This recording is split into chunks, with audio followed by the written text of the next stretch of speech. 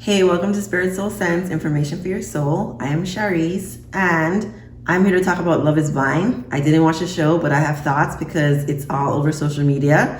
It is a new reality show on Netflix, and Netflix has really found a knack for making things go viral. I think the obsession is with dating shows, reality shows, the shock of the idea of arranged marriages, because there's so many other TV shows that cover like getting married quickly or getting married to someone you don't know well, recipes for disaster, and apparently good television. I think in a show like this, there's a lot going on, and so it's sort of difficult to critique it from a very mindful standpoint, but I will attempt. Okay. I was recently talking to a friend about this show, relationships, relationship goals, and this sort of thing. And one of the things I often say on my channel is relationships are for the evolution of your soul. I think the purpose of being in a relationship is so that you can become a better person. Not that you're using the other person, but that in a relationship, you basically have a mirror to all your faults. You have someone who you're very close to a lot of the time who's giving you feedback on things that you can improve on. You can take that information and become a better person, a better partner, or you can get upset, break up, blame other people. There's a lot of things you can do.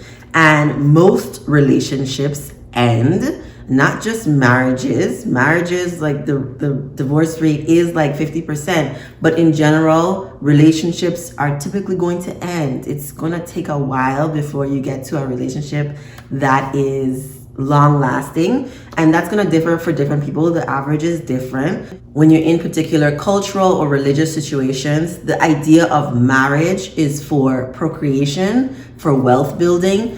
And so you have a community of folks behind you that are supporting you in the marriage, in the union. You're also probably going to have children, and the whole shebang is more likely to succeed because you understand that this relationship is bigger than you, and so you fight for it a little bit differently and a little bit more. So the people on this Love is Blind show, can we just talk for a second that there's a certain type of person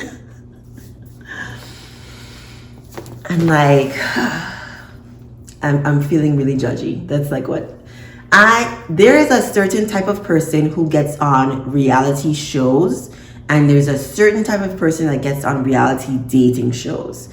And that person is love starved. I'm sorry. I'm like sorry to all of you who are on the shows. But I think it's pretty clear that your approach or your idea of starting a relationship is flawed. The method isn't really one that facilitates a long-term relationship that's happy and healthy. There's lots of people who are in very long relationships. There's a difference between people who are happy, people who experience joy, people who the goods outweigh the negative in their relationship. I think that takes work, and that takes two people coming together to make, something beautiful. It takes two people to make a toxic relationship, and it takes two people to make a healthy relationship. It's just not really gonna work if one person is toxic and the other person is healthy. Those relationships end very quickly. But if you get two toxic people or two unhealthy people, like it will be what it is. So the people that you have been watching on reality TV shows already have this inside of them, which could be an emptiness, a hole, a loneliness, an idea about relationships that is going to add value to who they are as a person. Yes, relationships add value to your life, but if it is making you feel a sense of self, of worthiness, that you were not feeling by yourself, then it's a recipe for disaster, and you really need to get whole before you enter into a relationship. So I made a post recently that was tongue-in-cheek because I'm very sarcastic and I like silly things, that said, I will not have any more problems in my life once I get married. And it's not true. I don't believe it. And I think some people may be very hesitant to admit that this is how they feel. But I think a lot of people, and people who are on like Love is Blind dating shows, think once they get into a relationship, once they get married, once they know that someone wants them for sure, 100%, that they will have no more problems, life will be great. This is not something that's just restricted to relationships. This is a mentality that a lot of people have, that once they get this thing, that their life will be so much better. Once they make this amount of money, once they drive this car, once they move out of whatever house, that life will just be perfect. They won't have any more problems, and it's just not true.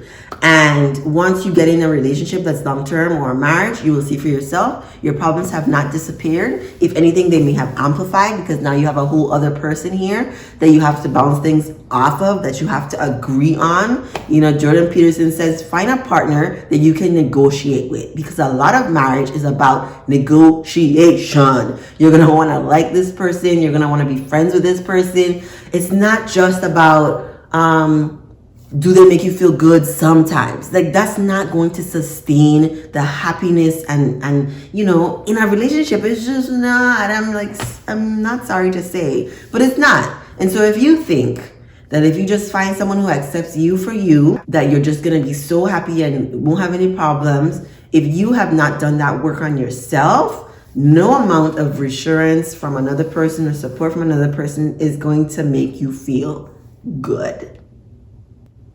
Temporarily, you may feel a high, but it doesn't last. It really doesn't last. I think one of the things that we need to keep in mind about reality shows is that it's not real. Despite the fact that it's called a reality show, a lot of it is a manufactured storyline. People saying, pause, let's do this again. I mean, even the people who pay, like, you just never really know like what's going on. And I feel that way about celebrity relationships. I think, yes, we can use celebrities as examples. And in this conversation I was having with a friend, I said a lot of things about celebrities that I am very hesitant to say online, because I don't know these people, and I never want to come across as disrespectful or uncaring or very just judgmental about people that I don't know, that I will never know, whose life I just don't know much about besides like what they put out there. But I caution folks on looking at anyone online. That's a man walking on the railroad. I caution anyone from looking at someone else's life, anything in your life, but definitely relationships. Just don't look at it and think relationship goals. Like, there's no, I don't know. I mean, there's so many people that you can look to and admire, right? You can think maybe you don't want to get married, and you're wondering if you can find a partner who agrees that they don't want to get married. You can look at Oprah and Stedman and say, well, they didn't get married. There's hope for me. Okay. So, you know, there's like an ideal there. Someone else has done it, and so you can do it too. I think that's what a lot of us do in life. We have role models, people we aspire to. Like in my career, I didn't decide I really wanted to do it until I saw someone who looked like me, and I was like, yeah, I can do it too. But I didn't want her life.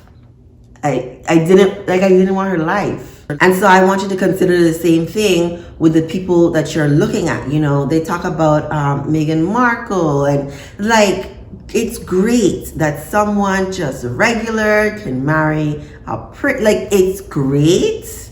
And maybe you could do that too. But don't think that someone else's life is going to be your life. You are you, and that is your superpower. No one else has all the things that you have. It's just you. And so whatever you bring to your relationship is going to be something only you can bring.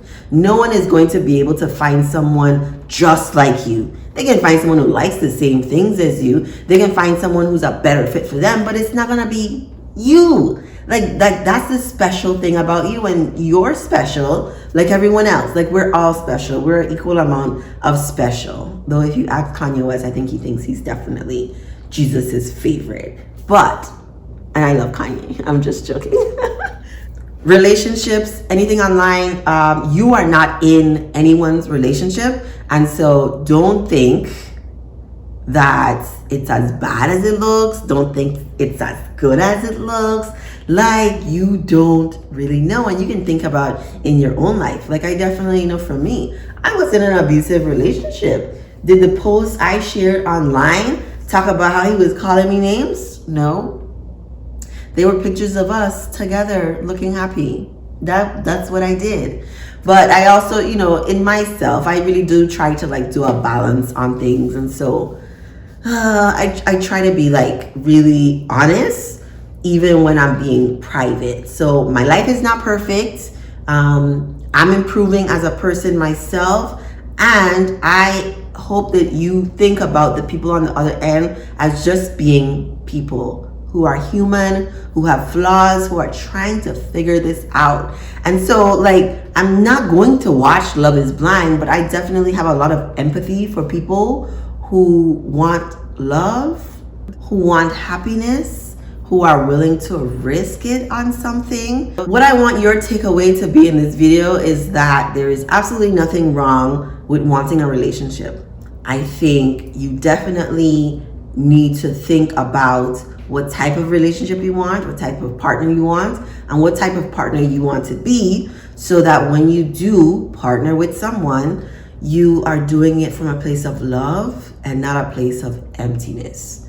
I think relationships are one of those things where it's just one of the most important things in our life. We are social beings, and so also romantic relationships are a very important part of our life. We don't all need romantic relationships, but I think the statistic is like 70 to 80% of us are going to be partnered in life. And just consider that it is more helpful to focus on you than it is to focus on someone else's life. I know in my own life, anytime I focus on someone else, it's a distraction from me dealing with my own problems.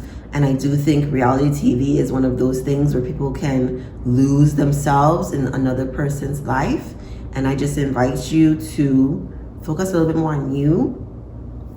Those folks on TV are living very sort of dramatic lives, engaging in social situations that most people will not. And it's easy to get sucked into it.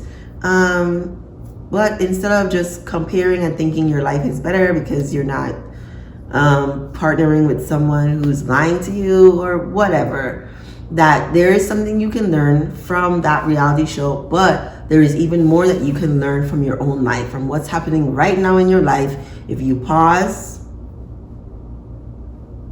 listen, watch, take in, there's so much that you can learn about yourself and about relationships, so that you can have the relationship you want. Let me know your thoughts in the comments. Thank you for watching.